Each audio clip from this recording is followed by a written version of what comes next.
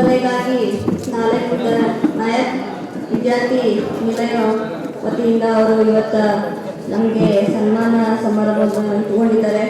ಭಾಳ ಖುಷಿ ಆಯಿತು. ನಮ್ಮ ಸಮಾಜದವರು, ಕಾರ್ಪೊರೇಟ್ರು ಮತ್ತು ಮೇಯರ್ ಅವರು ಮತ್ತು ಎಲ್ಲ MLAs ಅವರು ಕೂಡ ಇದ್ದಾರೆ. ಸೊ ಅವರು ಎಲ್ಲರೂ ನಮಗೆ ಇವತ್ತು ಬಂದು ಆಶೀರ್ವಾದ ಮಾಡಿದ್ದಾರೆ.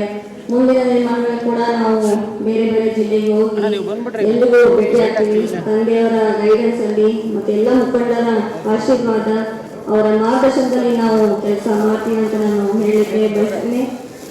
ಮುಂದಿನ ದಿನಮಾನಗಳಲ್ಲಿ ತಂದೆಯವರು ಕೂಡ ಮತ್ತು ಸಹೋದರ ಅವರು ಕೂಡ ಅವರು ಯಾವಾಗಲೂ ಬರ್ತಿರ್ತಾರೆ. ಇದು ಮೊದಲನೇ ಬಾರಿ ನಾನು ಇಲ್ಲಿ ದಾವಣಗೆರೆಗೆ ಬಂದಿದ್ದೇನೆ. ಸೊ ಭಾಳ ಖುಷಿ ಆಯಿತು ಎಲ್ರಿಗೂ ಭೇಟಿಯಾಗಿ. ಸೊ ಮುಂದೆ ಕೂಡ ನಾವು ಬರ್ತಾ ಇದ್ದೀವಿ, ಯಾವುದೇ ಕಾರ್ಯಕ್ರಮ ಇದ್ರು. ಸೊ ನಾವು ರಾಜನಹಳ್ಳಿ ನಮ್ಮ ಜಾತ್ರೆ ಕೂಡ ಬರ್ತಾ ಇದ್ದೀವಿ. ಬಟ್ ಇವತ್ತು ಎಲ್ರಿಗೂ ಭೇಟಿಯಾಗಿ ಭಾಳ ಖುಷಿ ಆಯಿತು. ಮತ್ತು ಇವತ್ತು ಏನು ನನಗೆ ಚಿಕ್ಕೋಡಿ ಜನತೆ ಭಾಳ ಮನೆ ಮಗಳಾಗಿ ನನಗೆ ಆಶೀರ್ವಾದ ಮಾಡಿದ್ದಾರೆ.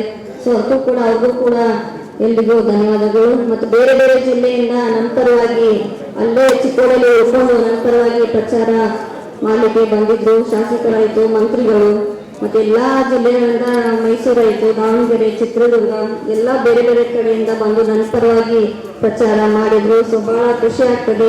ಇಷ್ಟು ಚಿಕ್ಕ ವಯಸ್ಸಲ್ಲಿ ನನಗೆ ಒಂದು ದೊಡ್ಡ ಜವಾಬ್ದಾರಿಯನ್ನು ಜನರು ವಹಿಸಿದ್ದಾರೆ. ಸೊ ಖಂಡಿತವಾಗಿ ಅವರ ನಿರೀಕ್ಷೆ ಮೀರಿ ನಾನು ಕೆಲಸ ಮಾಡ್ತೀನಿ ಅಂತ ಹೇಳಲಿಕ್ಕೆ ಬಯಸ್ತೇನೆ. ಸೊ ಮತ್ತೊಮ್ಮೆ ತಮ್ಮೆಲ್ಲರಿಗೂ ಧನ್ಯವಾದ ಹೇಳಿ ನಾನು ಮಾತು ಮುಗಿಸ್ತೇನೆ.